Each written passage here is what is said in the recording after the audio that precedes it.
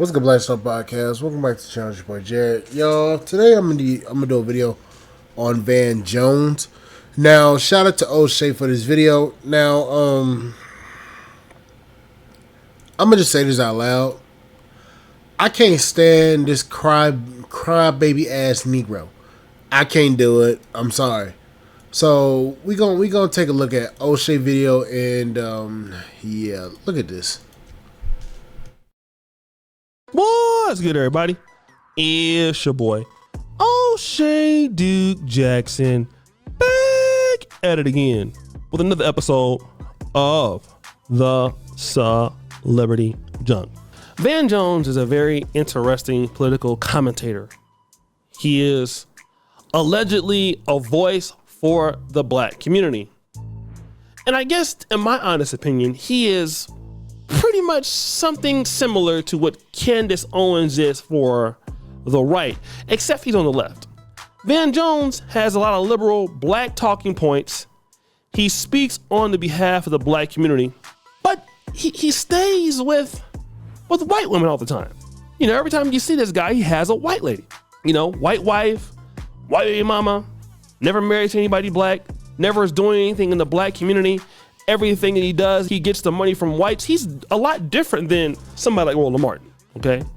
I have a little bit of respect for Roland Martin, but he's a liberal, to say the least. Now, Van Jones hates Donald Trump, okay? Remember when Trump won in 2016 and Van Jones gave this hilarious cry? Van, what are your thoughts?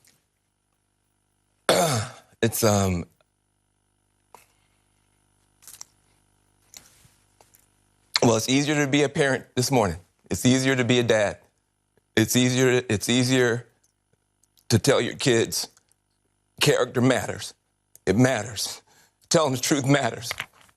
Being a good person matters. And it's easier for a whole lot of people. If you're Muslim in this country, you don't have to worry if the president doesn't want you here. If you're an immigrant, you don't have to worry if the president's going to be happier to have babies snatched away or send dreamers back for no reason. This is vindication for a lot of people who have really suffered. You know, the I can't breathe. You know, that wasn't just George Floyd. That was a lot of people that felt that they couldn't breathe. Every day you're waking up and you're getting these tweets and you just don't know, and you're going to the store and people who have been afraid to show their racism are getting nastier and nastier to you, and you're worried about your kids and you're worried about your sister. And can she just go to Walmart and get back into her car without somebody saying something to her? And you spent so much of your life energy just trying to hold it together. And then it was Van Jones that called for the end of Biden's campaign as the candidate for the presidential election. That was painful. I love Joe Biden. I work for Joe Biden. He didn't do well at all. He did not do well at all. And he looked, you know, I'll give you the analysis. You know, you kind of have the old man versus the con man. I can walk you through how I'm supposed to see it and say it, but I just want to speak from my heart. I love that guy. That's a good man. He loves his country. He's doing the best that he can. But he had a test to meet tonight to restore confidence of the country and of the base, and he failed to do that. And I think there's a lot of people who are going to want to see him consider taking a different course now. Now, after forcing Biden out, him and Obama, here's what he has to say. The Democratic Party is a family. At the end of the day, this is a family matter. You know, Joe Biden's body may not be as strong as it used to be. His language skills may not be as sharp as they used to be. His heart is as big as ever. His heart is as big and as true and as strong. And this is the difference between a politician and a leader. He made a selfless decision, and people are heartbroken. Even people who are pushing for this to happen. It's kind of like when your grandpa, you got to take the keys, And everybody, you gotta take his keys, you gotta take his keys, you gotta, and he's fighting, and everybody's so frustrated. And then you finally get the keys back. And then you just cry. Because this is somebody that you love. This is somebody that you care about. This is somebody who was there for you. This is somebody, you wouldn't be here without him. And you had to take something from him. Now, this is not, look, this politics is politics. But this is a human moment for one of the great humans in America. This is a huge moment for him, for his family, for all of us who love him, for all of us who wanted him to get across the finish line.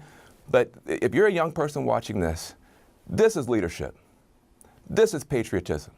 This is what it means to put the country first, and put the party first, and put the cause first. When your arm gets tired, you let somebody else finish pitching the game. That's what Joe Biden has done, and he's done that for all of us. And so I just want to say, I don't know who's going to be the VP, the non-VP. I don't know anything about politics. I just know that I love this man. I care about this man. It was painful every day to sit up here and talk about him like he's just a, some problem for the party. Wait till we get to the convention. You're going to see people crying, standing, screaming, cheering. He may not get a chance to talk for 10 minutes. We finally get a chance to put our arm around this guy. He did the right thing for this country. He did the right thing for this party. All of us are going to be in this situation someday, and I hope that we take a moment to honor this man and to love this man. I love Joe Biden. I appreciate what he's done, and a lot of people are heartbroken today. Even if it's the right thing, it's still just horrible. Again, there is Van Jones crying and crying and crying again. And what I want to ask you, Brother Van Jones, since you are so adamant. Okay, so you heard this crybaby ass Negro talk about Joe Biden. Now, shit. So here's the thing.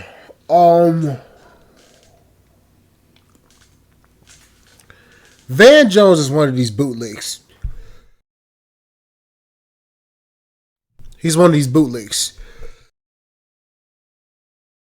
He's one of these Negroes that wants to always be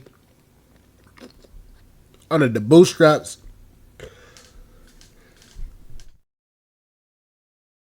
of the Democratic Party. I'm sorry, my allergies acting up. Yeah, he's one of these Democratic bootlegs. Now, Biden's never done shit for Black America, and this man's over here parading Biden around like he's a damn god. I'm really trying to figure out, us as a people, have we really become so infatuated with,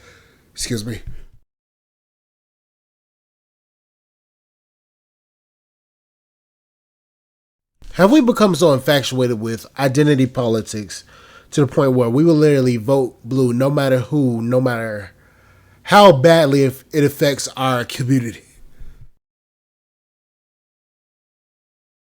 Like, seriously. Biden hasn't done anything really for the Black community. If anything. Neither has Kamala Harris. Only thing is, Kamala Harris has actually been a detriment to the Black people in California. Seeing her track record, this woman is not a friend to the black community, and she gets paraded around like she is, and that's a big issue. See, we as a community, we love parading these people around like